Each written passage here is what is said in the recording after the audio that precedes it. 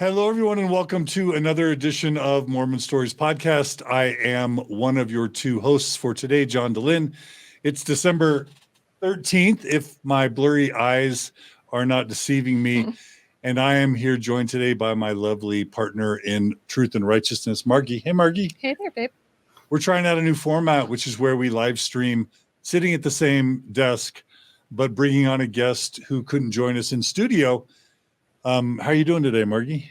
I'm doing well. How are you feeling? It's good to have you. Thank you. Happy to be here. All right. Well, we are super excited for today's interviewee. This woman is not a stranger to people who have been with us for a while on the Mormon Stories podcast channel, and for anyone who has been around Mormonism and progressive Mormonism long enough to have been paying attention. We have with us the woman, the myth, the legend, Dr. Lynn Pearson. Hey, Lynn Pearson. So happy to be here. I didn't know I had just received from you my doctorate. Okay, I'll accept that. You received an official Mormon Stories doctorate. Is that okay? Oh, I'll accept it. Thank you. We should have a ceremony. Easy. No, one of the weird things about the internet these days, Carolyn, is that, we have an audience of hundreds of thousands of people.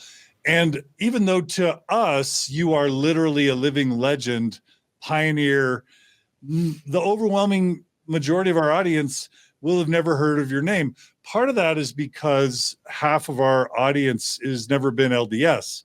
And then, a huge chunk of our audience haven't been listening to Mormon Stories since the beginning.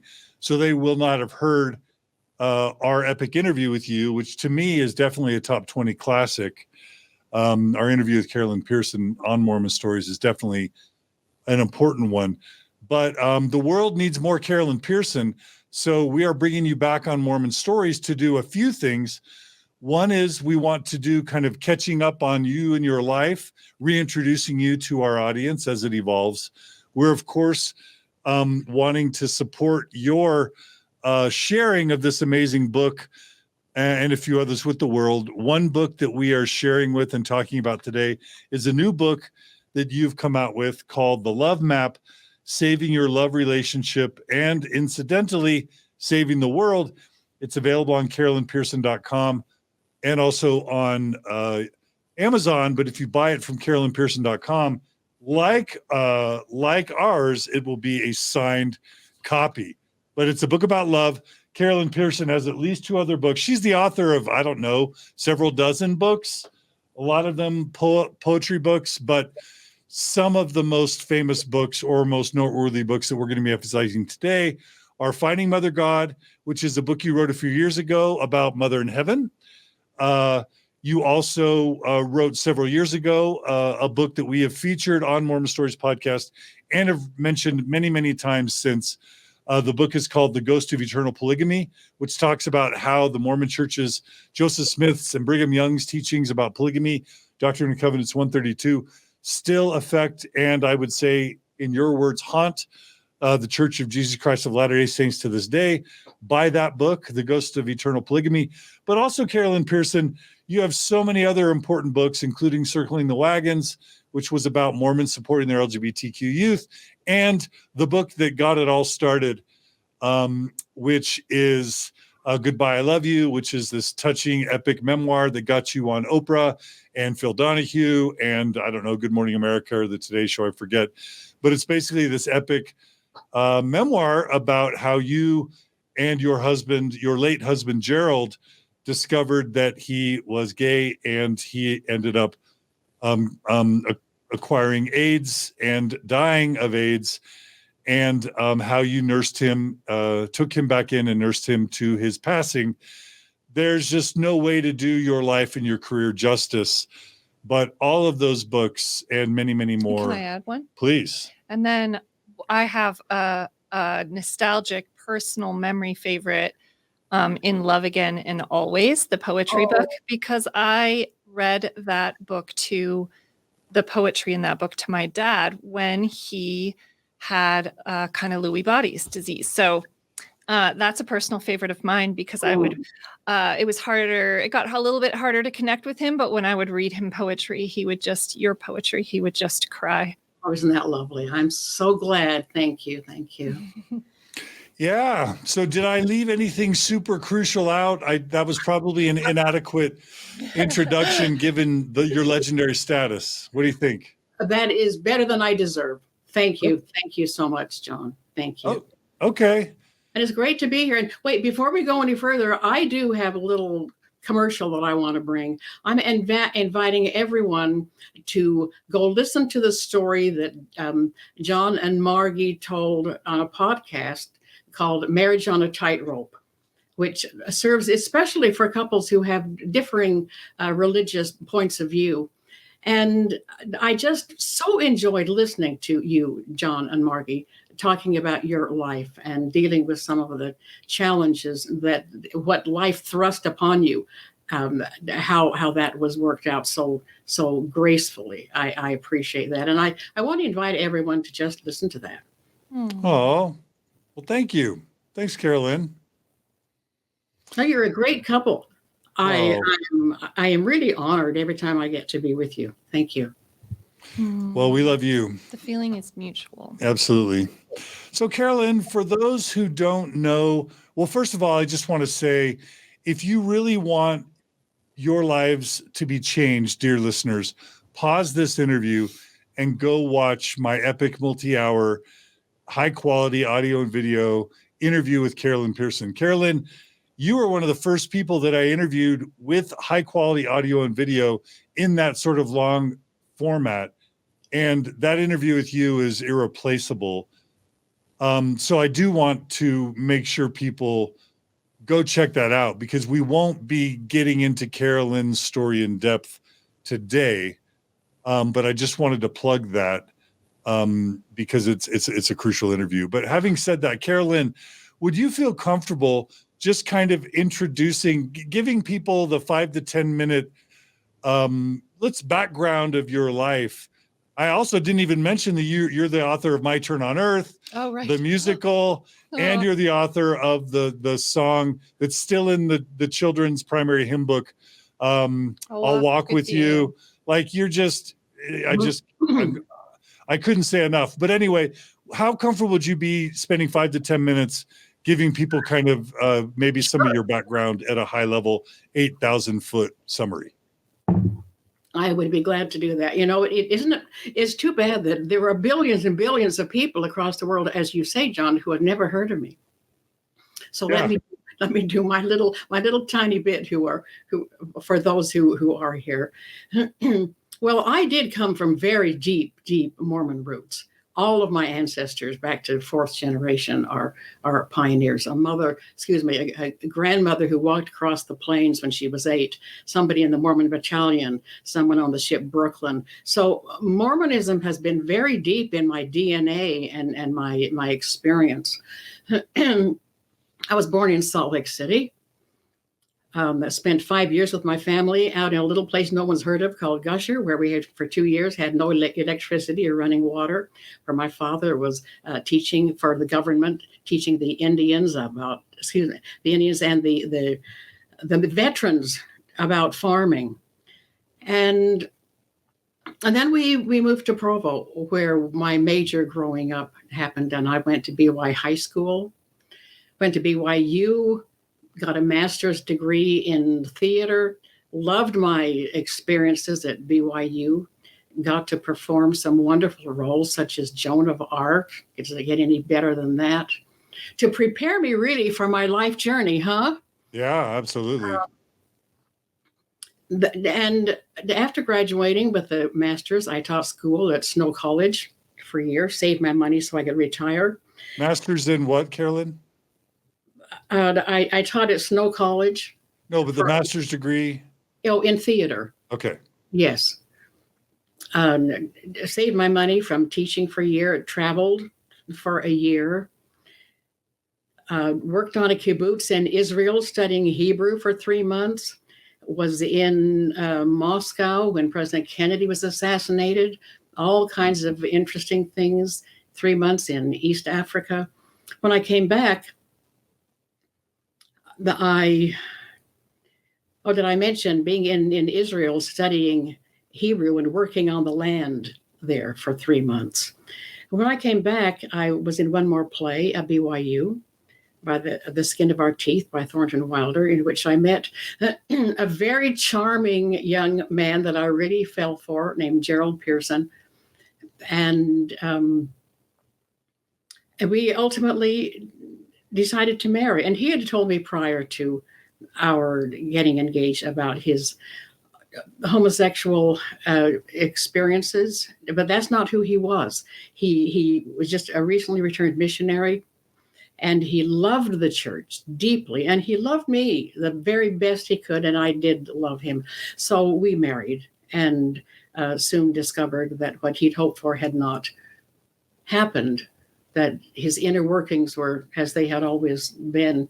And we had 4 children, tried very hard to save our marriage.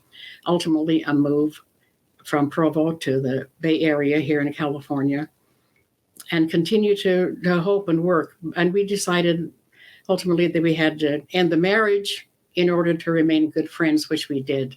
And yes, as John mentioned, 4 years later, he passed away from AIDS here in this home. And we had never discussed the idea that I would write a book about our story. It was just too shameful. But not long after he died, I decided, here are all these young men dying on the streets of San Francisco, thrown away from their families, their churches. And Gerald and I had learned a lot. And he had put me on the map as a writer. Just one quick mention about that. When we first married, he insisted on self-publishing this little book called Beginnings, little book of poems, which put me on the Mormon map in a bizarre, strange, fluky way. And that opened all of my writing possibilities. At any rate, I decided that if I was strong enough, I could write our story, and that would be useful for a lot of people. And so I did, and Random House published it, and it did create, well, particularly in Mormondom, but nationally, it was well received. And within Mormondom, it was really pretty much the first large thing that opened the conversation about homosexuality. And this was in 86 that the book came out. And I still receive notes from LGBTQ people thanking me for saving their lives way back then. So that was a very, very big thing. And I just continued to write. I was born into women's issues, and then I married into gay issues. And in terms of the gay issues, I've done other things. I wrote a play that was so well received, powerful play, Facing East, story of a Mormon couple dealing with the suicide of their gay son. That was very, very powerful. In fact, that got the Deseret News that's the church newspaper. They gave it the best drama of the year award that year, tied with Shakespeare's Hamlet at the Utah Shakespeare Festival. Mm-hmm. Nice. So, and then going back to women's issues, I've done things that I'm very excited about. When I wrote and performed Mother Woe of the Morning, a one-woman play, 16 women telling their stories of their search for the divine feminine throughout history.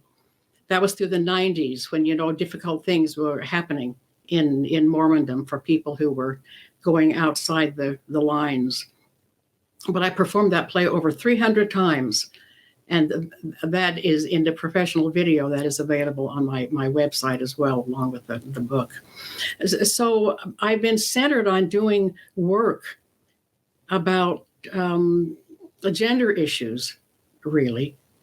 And we have a long way to go regarding both the LGBTQ issues that my husband brought to the plate, and then my feminism. We seem to have, melted into a very interesting circumstance there. And I'm grateful to Gerald for what he did for me. The ongoing question of the gender of God, even if you don't believe in God, the idea that God is male affects everything in our world. So that subject continued to be so deeply important to me. And as John mentioned, I wrote a book not too long ago, Finding Mother God, Poems to Heal the World. So in general, that's the scope of my professional life, and it has been done quite significantly within the context of Mormondom, because that's where I was sent.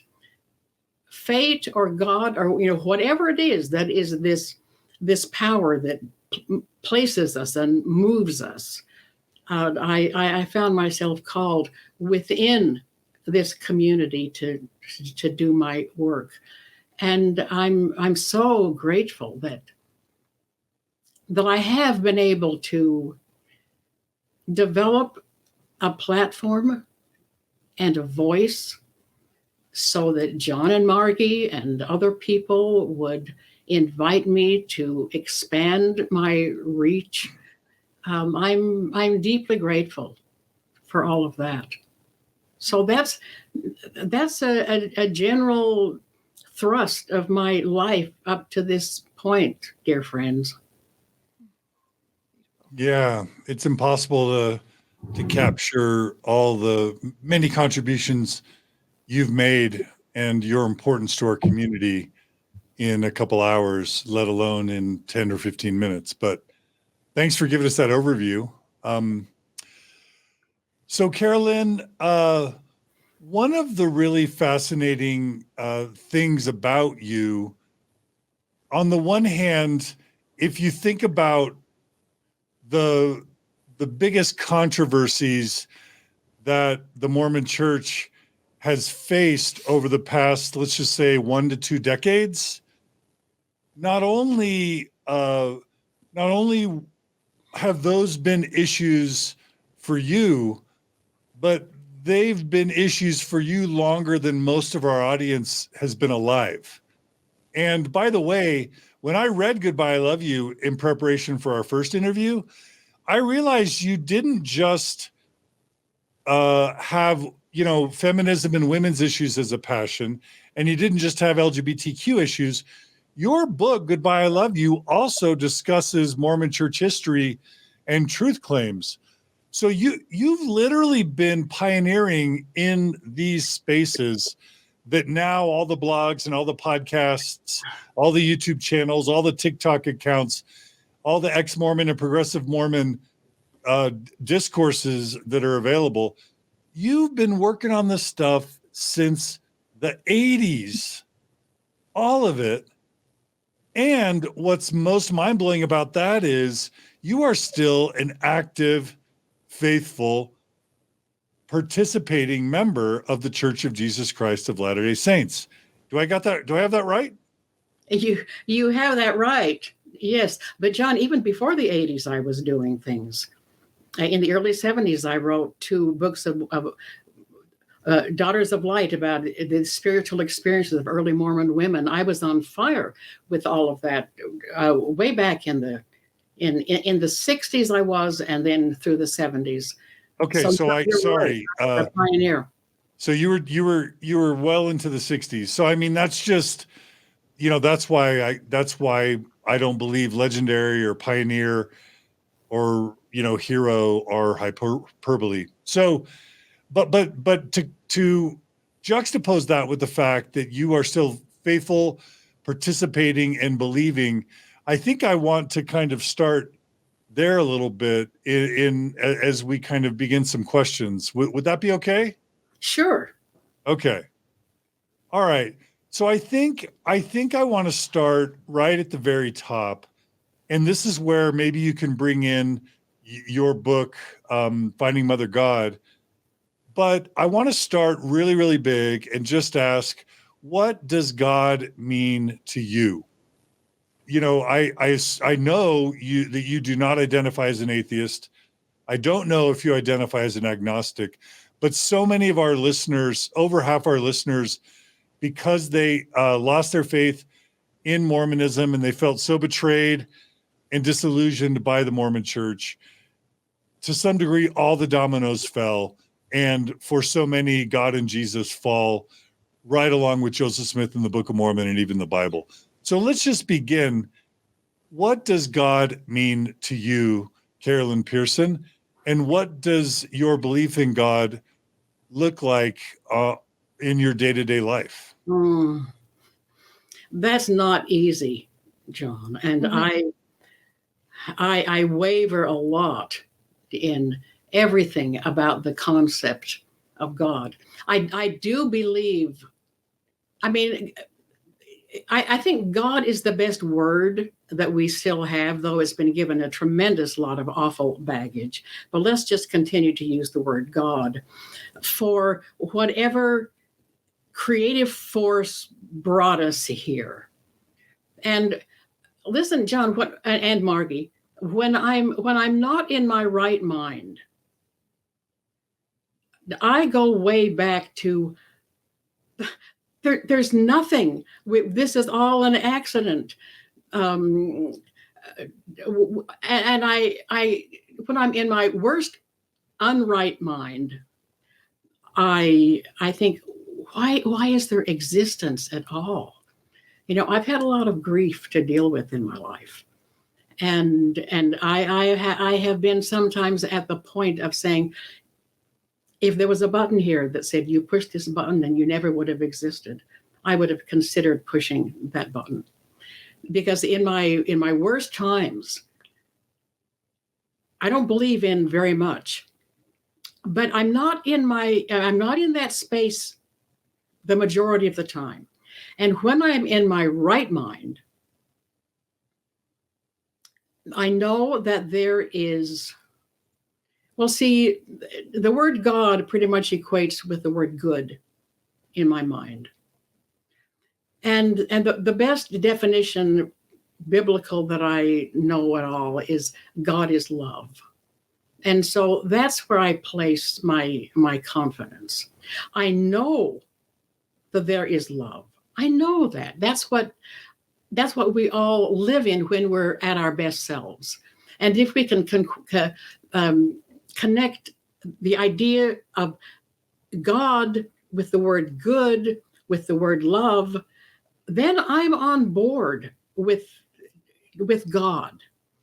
I could not draw God on a blackboard. I don't know about anthropomorphic God. I don't know that. But I know that there is some good, huge power that has brought us here and that moves us to do good and godly things. And so when I see good happening, I am seeing God happening. And when I am creating good, I am creating more godness in the world. So, John, to your question, I have to kind of back up a little bit, because I do not use the specific words that a lot of people do. But I have not thrown away the concept of God at all. I sort of have redefined it for myself. And of course, I bring in what to me is the essential, an essential thing right now, to redefine God as being a perfect balance of maleness and femaleness. And again, I can't draw that on the blackboard. Here's God the male, here's God the female. I don't know how all that works, but however it is, and I'm backing up to this general concept of something fine and beautiful and powerful that has brought us into being and that we are always a part of.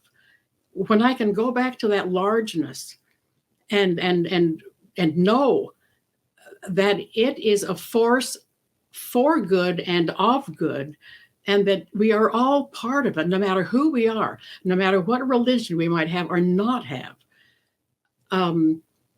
Then I can feel that the word God can be meaningful to me. And I do. I have my morning prayers. I have my morning meditation. And sometimes I visualize God as this beautiful, ethereal couple, undefined, not the way we could draw on a blackboard. But when I can keep God large and beautiful and good and all-encompassing and moving through all of us to create more godness in the world, then I'm good with God. And that's about all I can say on that right now, John. Okay, I love it. Let me drill down a little bit on that. And that's beautiful. And I resonate. I don't know, Margie, if you resonate with that, but I do resonate with a lot of what you're saying, especially around this idea that there's a power or a force, there's clearly some sort of creative force that has led to all of us, nature existing. And so I guess the first thing I want to drill down a little bit and ask is, we could call that nature. We could call that just science or existence or earth. There's a lot of different ways we could describe that.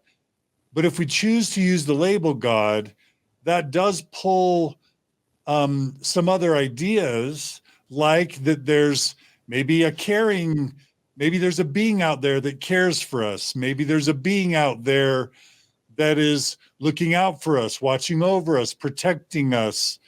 And of course, this is where it introduces the problem of, some call it the problem of evil or theodicy, because as soon as we start to believe there's something loving and some creative planning force that's looking out for us, then we have to explain why there's so many horrible things on the earth. And so you could just say it's nature, and nature can be beautiful, nature can be horrific. But if you allow yourself to take that one step further and use the God label, then you're introducing something very beautiful, which is a more explicit meaning and purpose and potentially loving and thoughtful, almost anthropomorphic source. But then you have to deal with all the pain. So what's the difference for you? Why do you take that extra step to call it God? What's the difference between just nature, whatever the creative force is, and your perception of God? What's the difference? And then what do you do with the problem of evil in all that? Well, John, of course, we're just little kindergartners here talking about postdoctoral concepts. And I know exactly what you're asking, but I don't know that I have a really great answer. Poetically, I sometimes sort of imagine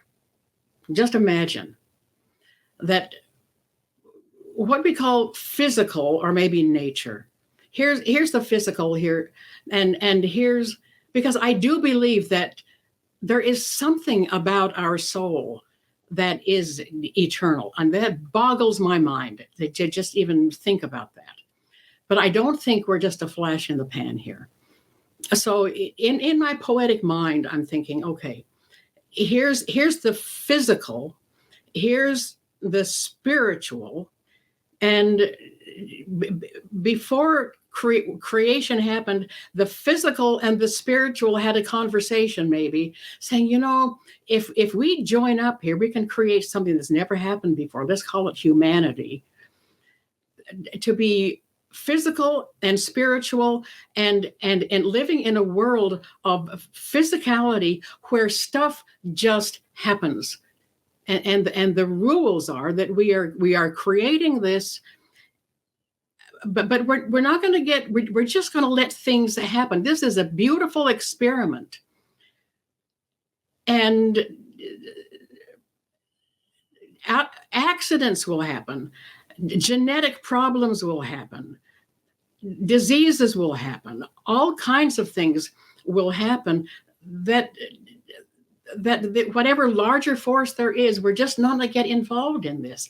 But this, we're going to create something that's never happened before, which is humanity. And they can figure out how to do godly work for each other. Because, John, I like a story of a miracle as much as anybody. But there, it sometimes when in church meetings we hear, these testimonies of miraculous healings, and I think, well, I'm glad for you, but that hasn't happened for 1,000 people in terms of the one that you're talking about there. So I don't know what to do with the whole idea of begging God to keep us safe as we go on our automobile trip. I don't, because wonderful, faithful people of all stripes have terrible things happen to them. And I don't believe in Satan, but I believe that there is evil. So, here I'm just wandering around in the space that you asked me to enter, John. I'm not doing a satisfactory job, but I'm just suggesting that as I kind of make this up in my mind as something that usually works for me, it's that we are in this wonderful, strange world where the best stuff happens and the worst stuff happens. And we being part of what I still want to call a godly process can be instruments within all this chaos to minimize the evil and maximize the divine, and just do what we can to bring that if there is a God, I am going to be God's ambassador to do what I think God would do. If God were here, and God is here within my intention and my action to do something godly.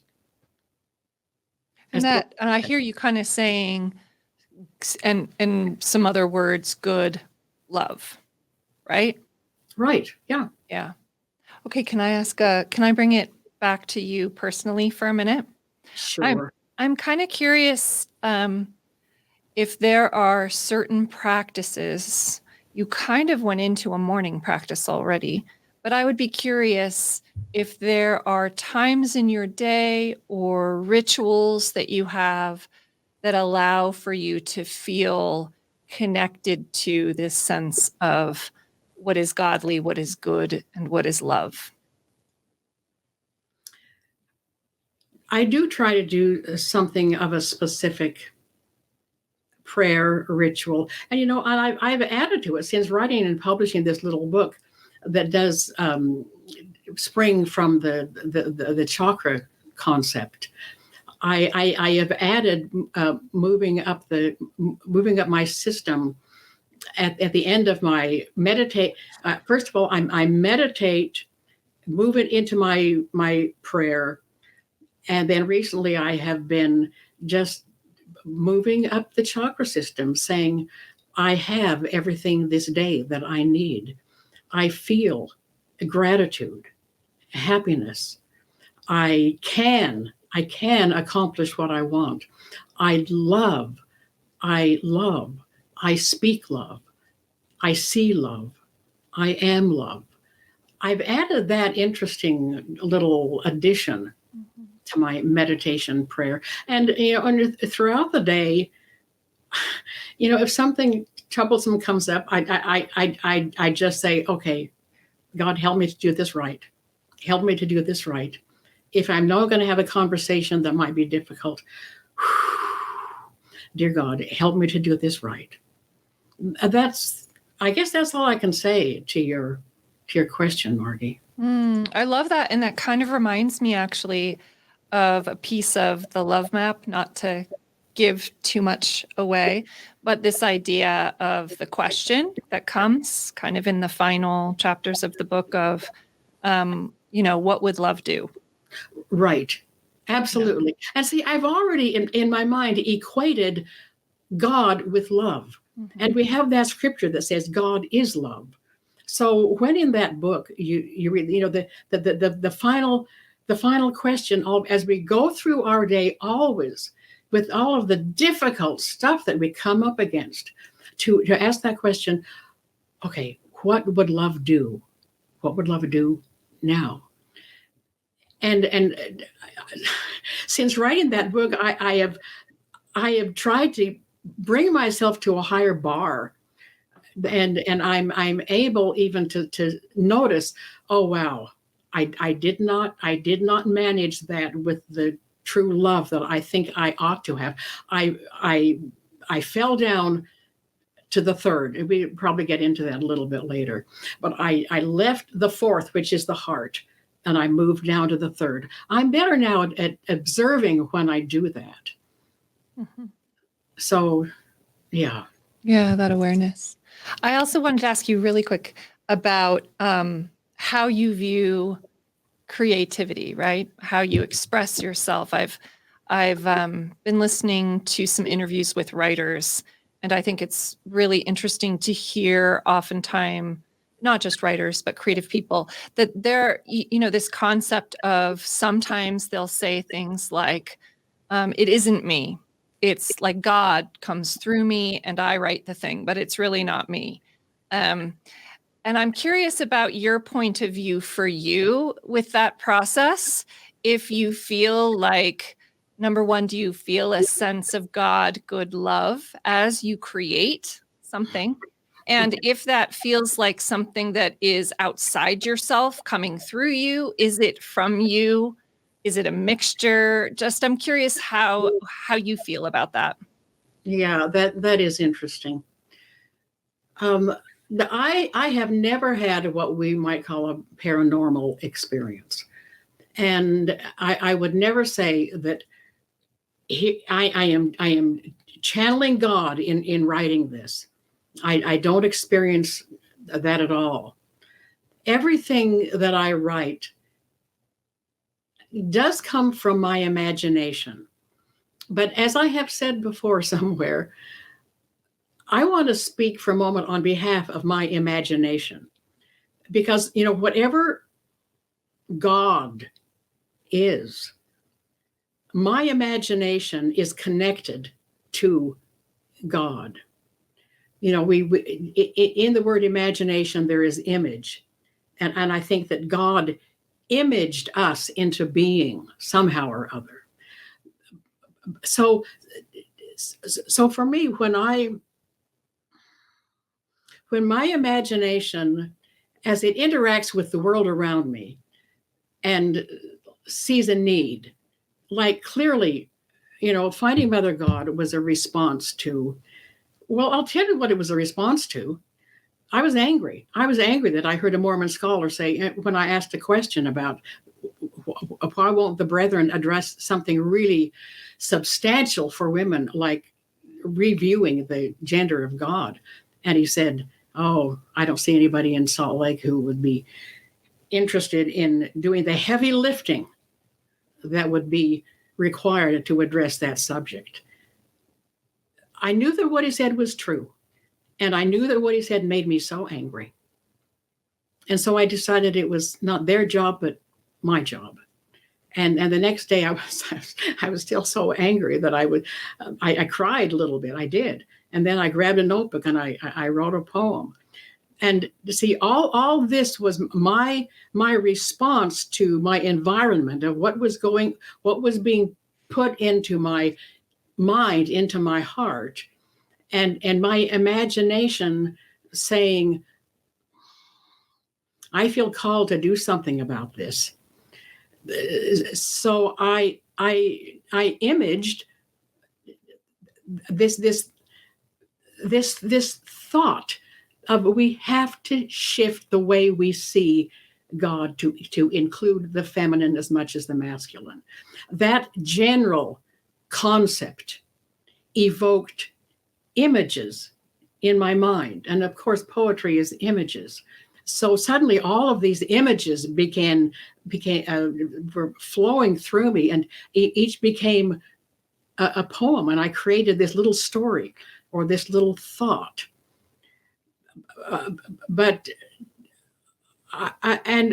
Because I say that I am a part of God, and one of the things I say in the love map that's maybe heretical is, don't think for a moment that you are apart from God.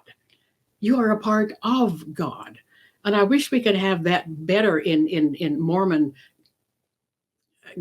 thought and speaking about God, because this severance that we're way away from God, just trying so hard to be worthy to get back into God's presence. I'm through with that. I am still a part of God, not apart from God. And being a part of God, whatever when my imagination comes up with that feels godly to me, and I have to trust myself, does this feel godly? Does this feel like love? Then I can say, and not that I've received some big revelation from God. It's much more subtle than that. But I am confident then that I am doing the work that we call the work of God. If I feel really excited that this is a godly thought and a godly image. So I guess that's the best I can do for you, Margie, on that. I love that. Thank you. That was beautiful. Thank you, Carolyn. And thank you. I love your questions, Margie. Carolyn, so I'm hearing you say two things, and I want you to speak, if you can, to both sides of the coin.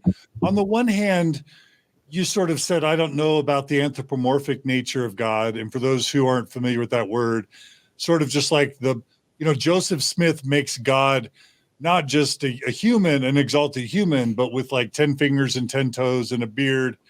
But then by introducing eternal polygamy, he makes there be at least one mother God and probably multiple mother gods to our Heavenly Father. And then it's all complicated by the fact that in the modern Church of Jesus Christ of Latter-day Saints, we're not allowed to talk about Mother in Heaven. We get in trouble if we talk about her. We get in trouble if we pray to her. And that introduces all sorts of problems. So I want to speak about two sides of the coin. On the one hand, Carolyn, you're saying you don't know about the anthropomorphic nature of God. And yet by speaking about a mother in heaven, you're sort of introducing new, I don't want to say, you're introducing new body parts. You're introducing the female body and the female body parts and female bodies to a sense of divinity.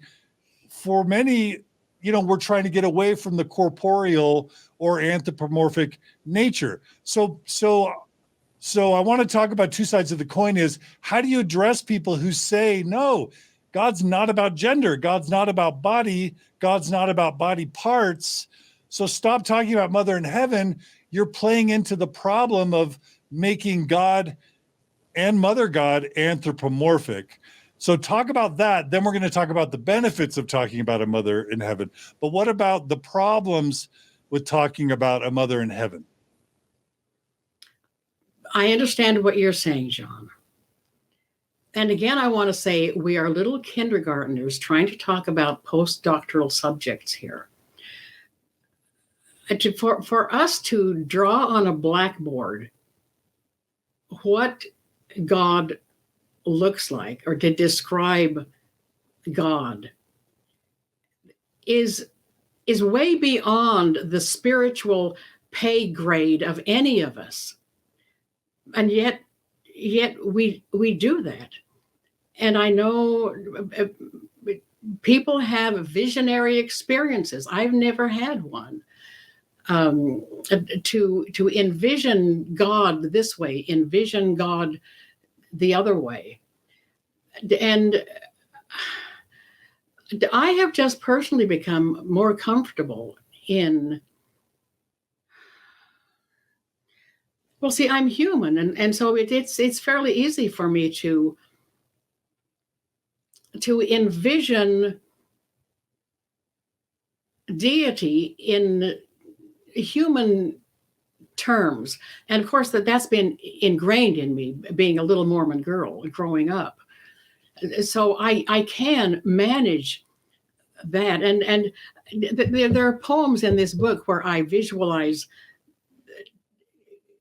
God as male and God as female dancing together in this cosmic kind of fashion. We seem to need to have specifics when we talk about things that are beyond specific. And so I don't know of a good way to avoid the pitfalls that you've brought up, which indeed they are. And I know for LGBTQ people, for us to focus on a mother, father, God, leaves something for them out. And again, we cannot draw a perfect picture of deity. So I have maybe my specific levels where I can envision some glorious, larger than life, male and female being the way that we comprehend maleness and femaleness in some beautiful cosmic dance, creating the universe, being there for us. And I can also just acknowledge that is so much larger than we have the ability to visualize and to comprehend. And we are limited by our words.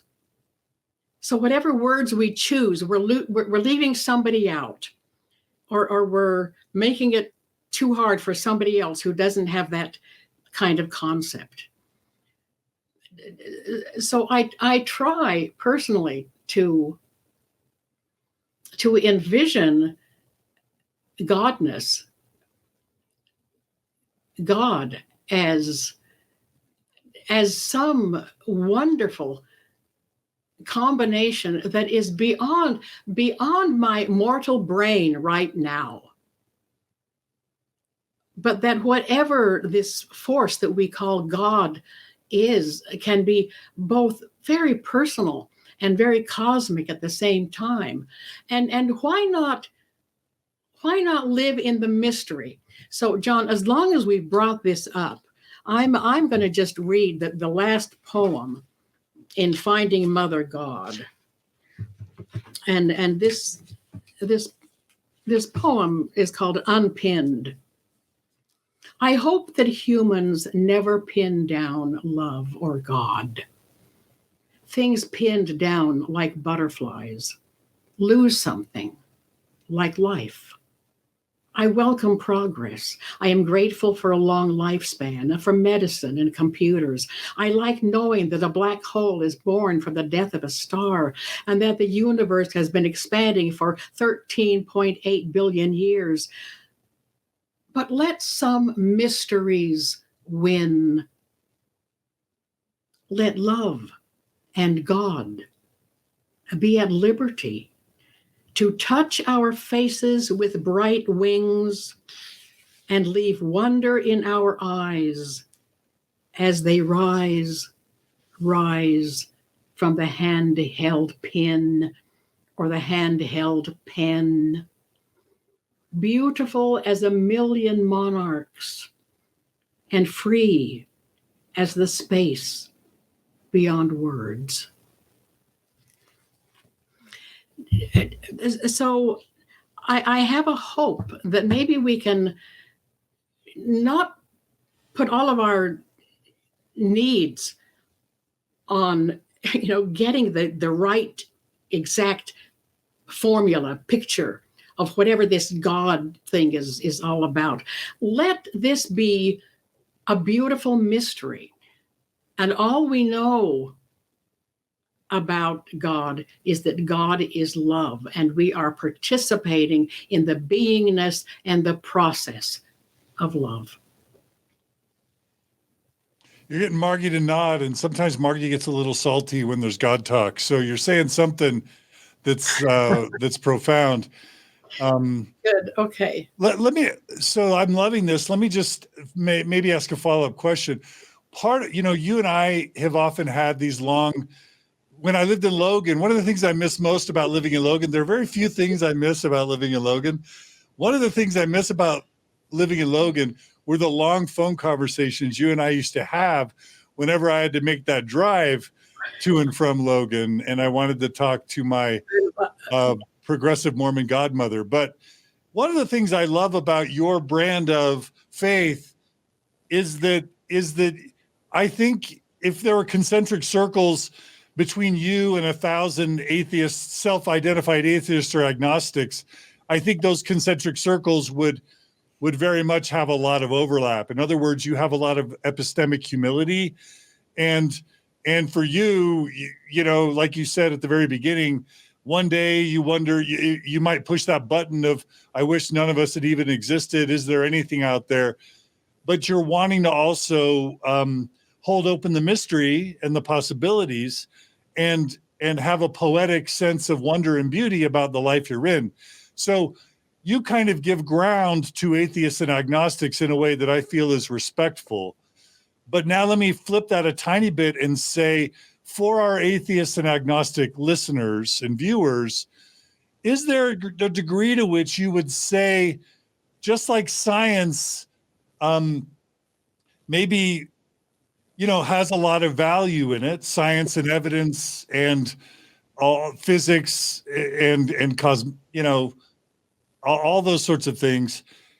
Is there something that's lost in your view when somebody takes a 100% scientific, data-based, evidence-based, empirical worldview, and they sort of reject any interest in God talk or theology talk, or even in the mystery? Is there, in your mind, I'll ask it in two ways. Is there something that's lost? And would you even be so bold as to venture to make an appeal to any self-described atheists or agnostics out there as to value that they might consider reconsidering God or the divine in some way in their lives? That's a long John DeLynn multi-part question, but you're brilliant, and so I know you can tackle it. Well, let me firstly say that I am 100% convinced that the people that identify as total atheists can live wonderful lives doing what I would call godly things, which they wouldn't even grab that hold of that word. But we as humans are given the impulse, I think, whether you call it anything about God or not. We're given an inner impulse, except for the few sociopaths who somehow have not been created correctly in their system. But almost all of us have an impulse to behave well, to do good for others, to appreciate others. And if someone lives that kind of a life and says at the same time, I have no use for the concept of God, or for the concept of eternity, or the after death life, I'm not about to criticize them at all. But I do feel that it adds a little richness to be open to the possibility that we are part of this huge scheme that does not end at death, and that we are propelled by something brilliant that, and the word God has been badly used, but I think it's still the best word we have to talk about all of this.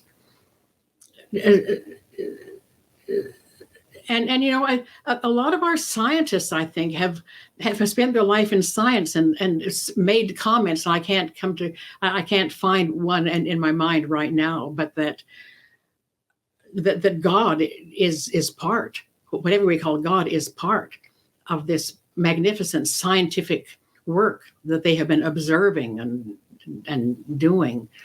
So, John, I'm not sure that I have anything really great to answer your question with, but I know that the most firm atheist can be what I myself would qualify as a godly person. So that's all I want to do there.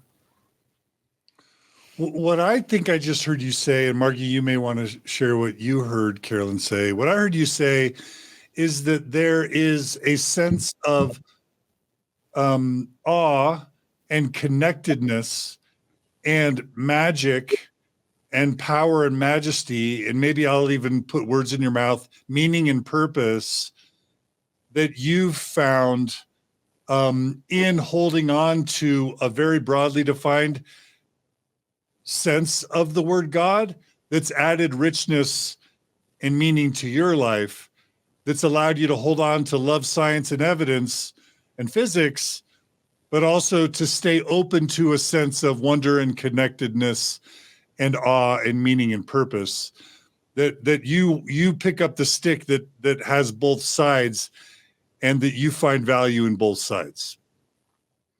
I would accept that. Yeah. I mean, whatever God is, just is.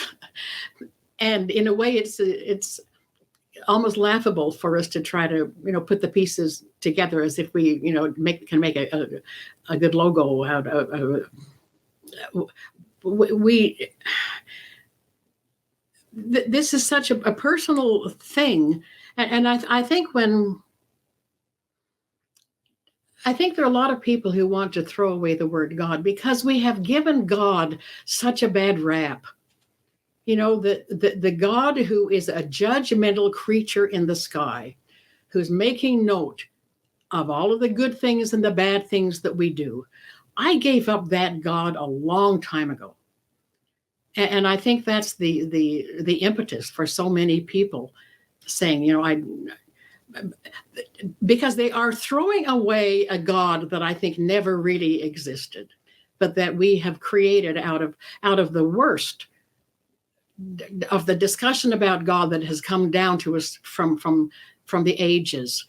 We're still, I think, impacted by this God of centuries and centuries ago, who was just waiting for us to make a misstep to throw us into hell forever and ever. There's every good reason to throw that God away. So, we're just talking about something so huge that we really can't get our arms around it. But we are drawn to talk about it anyway, because it still is important to our minds and to our hearts. Beautiful. So let's do the flip side of the coin now, because as somebody who cares about humanity and history, someone who hates war, someone who hates violence, someone who hates oppression, inequality, patriarchy, personally, I can see the massive downside of having our conceptions of God be male only. Mm-hmm. And that our sense of authority being male only, and our sense of order, and just our set of sensibilities as being male only. I think it's led to a world of corruption and violence and war and abuse and inequality that is deeply, deeply problematic. And it just has to be that if we turn down the maleness, the manness of our social structures and belief systems, and if we turned up the womanness of our social structures, it's gonna be better. Now, of course, Margie and I don't even like the gender binary language so much these days, but certainly more woman-ness and less maleness is an improvement over what we have now. So can you talk about how interjecting into our sense of divine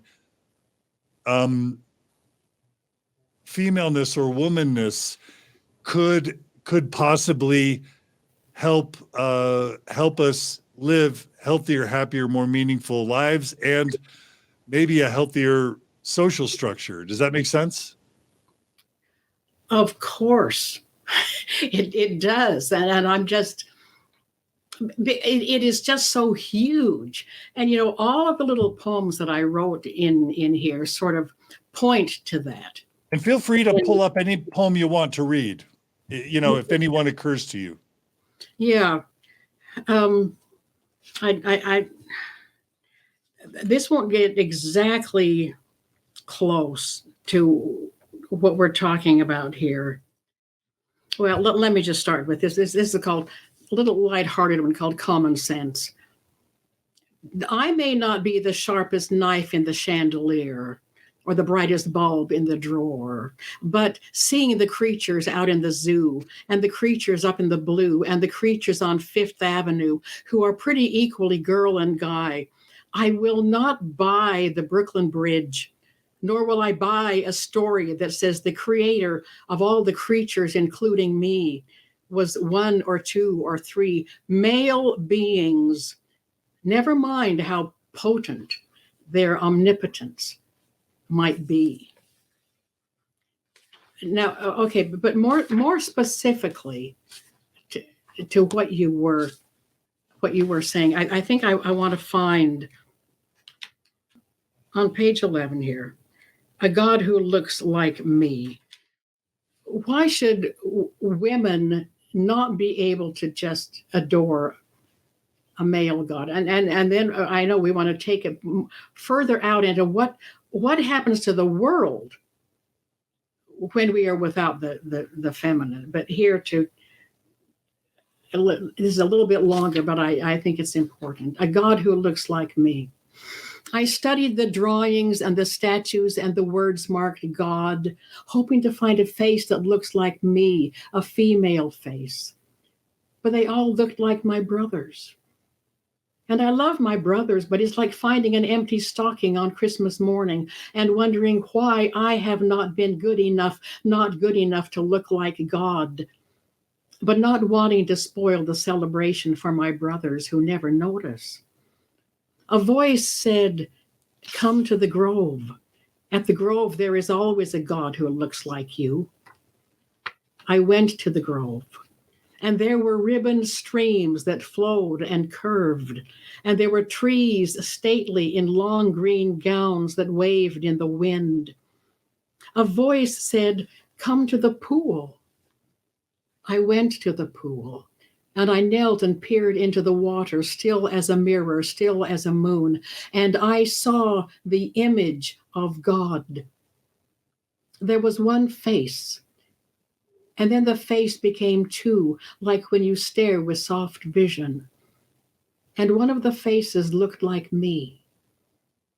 She said, "It is wonderful to see you seeing me." He said, "I am so sorry. It never was intended that she be erased. Mistakes were made." Then she said, "Bless you for searching until you found me. And do forgive your brothers, for they knew not what they did. But I knew, and I know, and I weep. You and I are half of heaven. And to forget that is a curse in the land." Then he said, "Go tell it on the mountain." "But this is only a poem," I said. "Then go read it on the mountain." And then the two faces became one again. A question, if I may," I said hesitantly. "Are you two or are you one?" The water shimmered, and I heard a choral reading of soprano and tenor and smile. We are one that is two, and two that are one. How can that be? He said, the solitary one is primordial, but often useless. Imagine that buck without the doe. Imagine this H2 without the O. She added, or distance without time, or the occasional essential rhyme. Then both. We do arithmetic differently here. A soft and rippling laugh, like a kiss, as the face in the pool, in the grove, disappeared. Now, to what you just brought up, an essential statement here is that to forget that whatever God is maleness and femaleness, to forget that is a curse in the land. Now, we have had a curse in the land for a very long time. As we go back into history, it's hard to find a time when there was a real balance of power between male and female. That's pretty difficult. But the patriarchy that looms so large in our history is impossible not to see. And patriarchy is simply incorrect. It is just wrong because it leaves out the presence and the power of the female half, which is at least half, because, slightly more than half of the babies born. Well, no, are male, I think, because they of the death rate there. But the point is that there is a curse in the land, and there has been a curse in the land through the entire centuries of male-centered worship. We could, the list would go on and on forever of the witch burnings and the Crusades and all of the violence that happened that appear to be and really are a male-centered phenomenon of maleness exerting its power without the tempering quality that femaleness generally brings into the picture. And so, and see, I like to sort of rise up above the territory in what I call my spiritual helicopter and look down and see where we are right now from my very limited point of view, and look back and see history. And as we look at the history of women and men, it was such a dismal history. And then we see better things happening. We see that finally women getting the vote. We see, today there are more women in the universities than there are in men, which fact I do not like. I want to see a balance in that kind of thing. But we're just really beginning to understand what we have lost by excluding the female from our general religious perspective, our general social perspective, so that we, and this thing that we call toxic masculinity, I don't like to see that thrown around just for so many things, but there is an excess of what we might call the masculine that does move us into the darkest times of history. And so over here is the future that we're creating right now. And here we are at the moment that we call now, this moment. And of course, this moment is the only one we have, because nothing happens in the past. Everything happens in the now. And we at this moment have we have an awareness, we have a consciousness that people back in the Middle Ages did not have. And it's easy for us to say, well, damn all those things on those people that made those terrible, terrible things happen. But of course, that's a useless way to use our energy. We have to say, wow, we are here in a time where consciousness has risen to the point where we can finally see the damage that has been done to history, to humanity, to Mother Nature.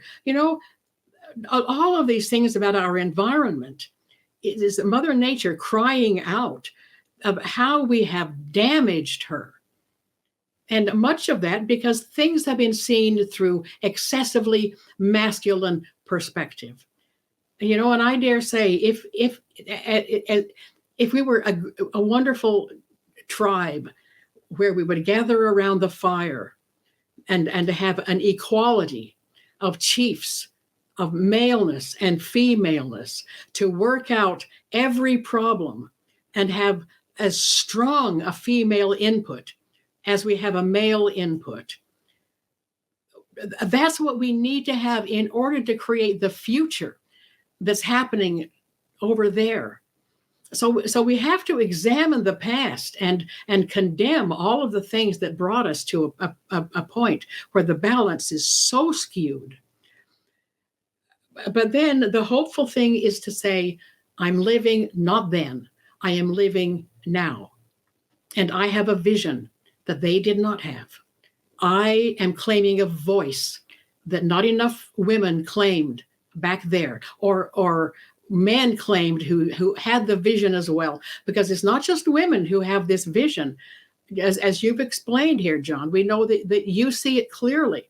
And a lot of men are on board with the phenomenon. And my theme really, and what I am personally up to, is to work on helping us cross the plains of patriarchy, the rocky plains of patriarchy, into the promised land of partnership. Partnership is a wonderful word. It is not a killing of patriarchy. It's a birth, another birth of our concept that does not take anything away from the male, takes nothing away from maleness, nothing away from the masculine, because we need that. All this is doing is adding something that has been missing for so long. And for us to have the opportunity now to speak about this, to write about this, is a wonderful thing. Because even our words right now are vibrating out into the universe somehow.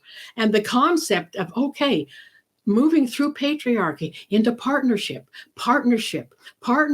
that word, just from me right now and from millions of women, and they may be using different words, but the concept is vibrating across what the now is, and helping to create this new future, where we will never describe it as patriarchy. We will understand that it is partnership, and it is, as far as gender goes, the end of the journey, that together each can give our best gifts. And we need that. Yeah, we do. That was powerful. I want to jump to talking about the modern LDS or Mormon church, but before we leave this topic of gender, I think it's essential to lift women's voices, to lift women participation, representation. So I'm with you on all of that. We absolutely need to lift all the voices into a sense of partnership, because there are people close to us who don't identify as male or female, And because, there's this emergence in discussion about alternative genders besides male and female, including non-binary individuals. And there's a long history of that obviously predates any modern discourse around gender. I do want to just give you a chance to address, and one of the things that I hate more than anything in 2022 is the politicization of gender as a new culture war, where people try and say that if we make space for other expressions of gender identity, including non-binary, that somehow we're trying to end gender or kill gender. I do want to give you a chance to just address this idea that people close to me have introduced, that there is a problem with even talking about gender in a binary way. What is maleness? Is it short hair? No, you have short hair. Is it being strong? No, there are many women stronger than me. Is it getting angry? No, women and men get angry. Is it nurturing children, like the Proclamation on the Family would say? Hopefully dads are nurturing children too. And so if it's not hair length or muscles or height or parenting or aggressiveness or whatever, it can easily make you just realize that this whole gender binary has done us a huge disservice. It's provided some order and some structure, but it's also introduced as many problems maybe as it's solved. And even with the concept of the divine, I'm guessing that your sense of the divine transcends gender ultimately to be more than just a combination of maleness and femaleness. So start with just society, and if you also share a concern about just the gender binary, and then if you want to talk about whether your sense of the divine actually transcends a gender binary. I don't want to leave this talk of gender without at least making space for that discussion. And that is not really something that I have addressed in a significant way. Of course, I have not written anything on that. And my thinking has not really focused on that in a way that, that people who have that in their immediate lives are invited to focus on that. I know that there are people who experience, especially trans people. I have several people in my life that I know have been greatly blessed by being able to make that change.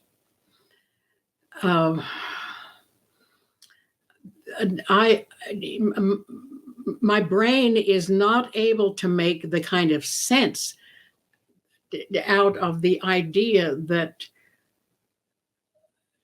the extent of the non-binary that is moving in our social circles today.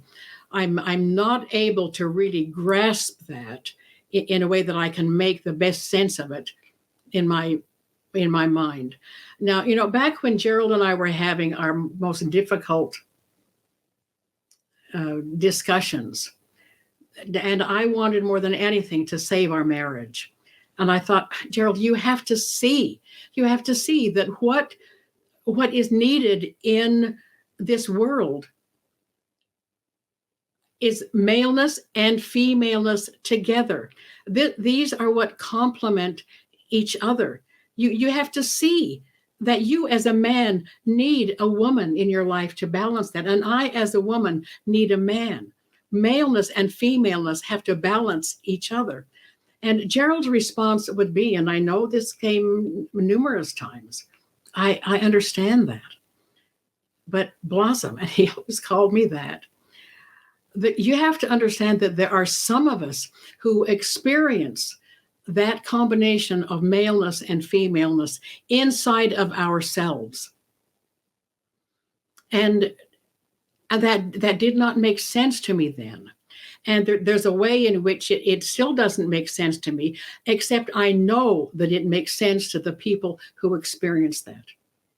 And so I am committed that we find ways to incorporate the authentic experiences that people have and honor those people in our personal and our religious, our political, our general societal lives.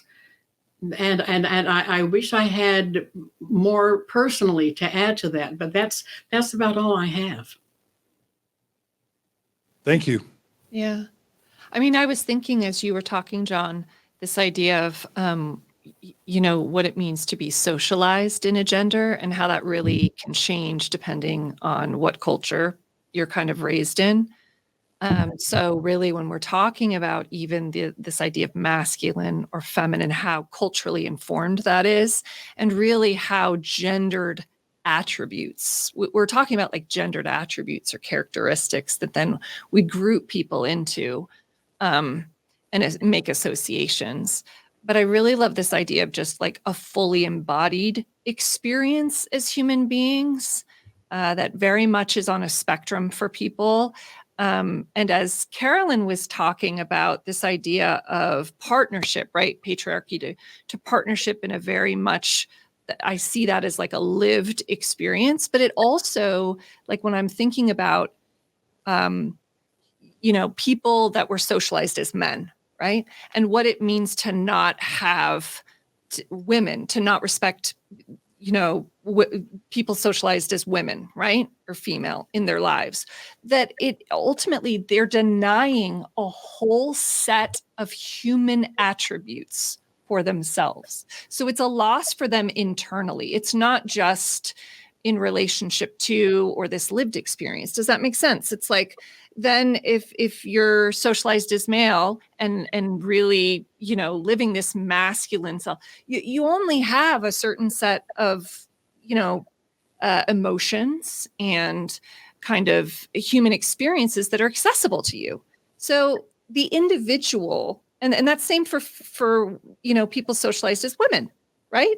If you're kind of looking at feminine and bring the feminine and that's what I have, or you're losing out on this whole set of characteristics that are regarded as more masculine. So isn't the whole idea to sort of, that's why you were talking about kind of where gender becomes extremely limiting to these discussions, because what we're really after, that a human, regardless of gender, can live fully embodied with a fully, these experiences of sometimes I feel aggressive, sometimes I feel patient, sometimes I feel really nurturing, sometimes I show sadness and cry and grieve, and it's not particularly even about gender.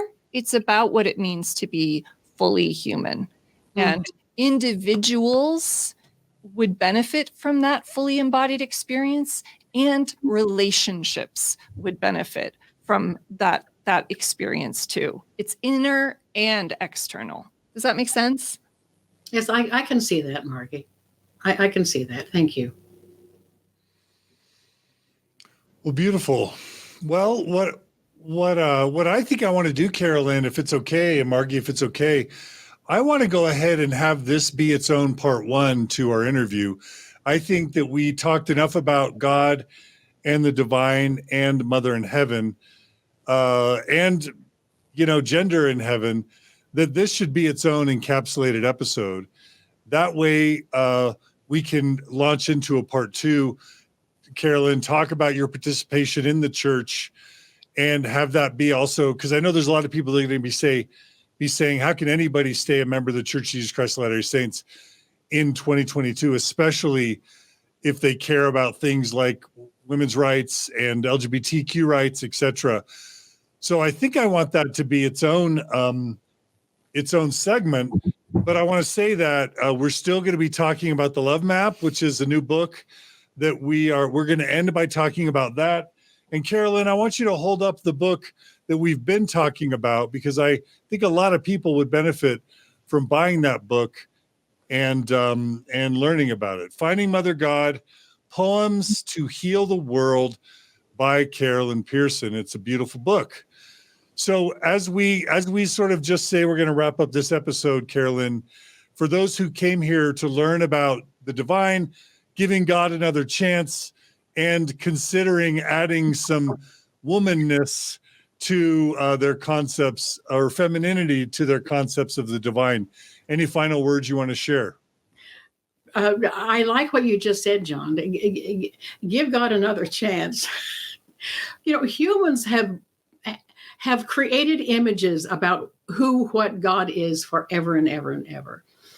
Let us be bold enough to trust ourselves, to work with whatever we might have received and revise it in a way that feels more godly to us.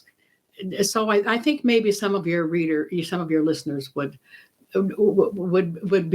benefit from giving God another chance and participating in establishing what God really must be. I was delighted to see that you were still writing, because for some reason I had the impression that The Ghost of Eternal Polygamy was going to be your last book. So I'm delighted to see that you keep plugging. But I wonder whether there's a book in you called Give God Another Chance. I wonder if you would ever want to write on encouraging this new wave of atheists to not completely discard a belief in God. I'll put that on the list to ponder. Thanks for the thought. All right, everybody. We're going to wrap up this episode as part one. Please check out carolynpearson.com. We have a bunch of links in the show notes to our past interviews with Carolyn Pearson. Of course, the Love Map is available on Amazon, but if you want a signed copy like ours with Carolyn Pearson's own signature, you can go to carolynpearson.com, order the book directly from her. Amazon maybe won't take its cut, and she'll sign it for you. But also check out The Ghost of Eternal Polygamy, and Finding Mother God, Goodbye, I Love You, and a gazillion other books written by Carolyn Pearson. And don't go away. Come right back for part two of our interview with Carolyn Pearson, where we will be answering the question, how can anyone who cares about women's rights, about LGBTQ rights, about humanity, about truth, about historical truth, about history, and even abuse, how can anyone who shares those values remain an active participatory member of the Mormon Church or the Church of Jesus Christ of Latter-day Saints? That's coming right up. Thanks, Margie. It's great to have you. Yeah, my pleasure. And thanks, Carolyn. You're a legend. We love you. I thank you. Always great to be with you. All right. Don't go away. Come right back for part two with Carolyn Pearson. Take care, everybody.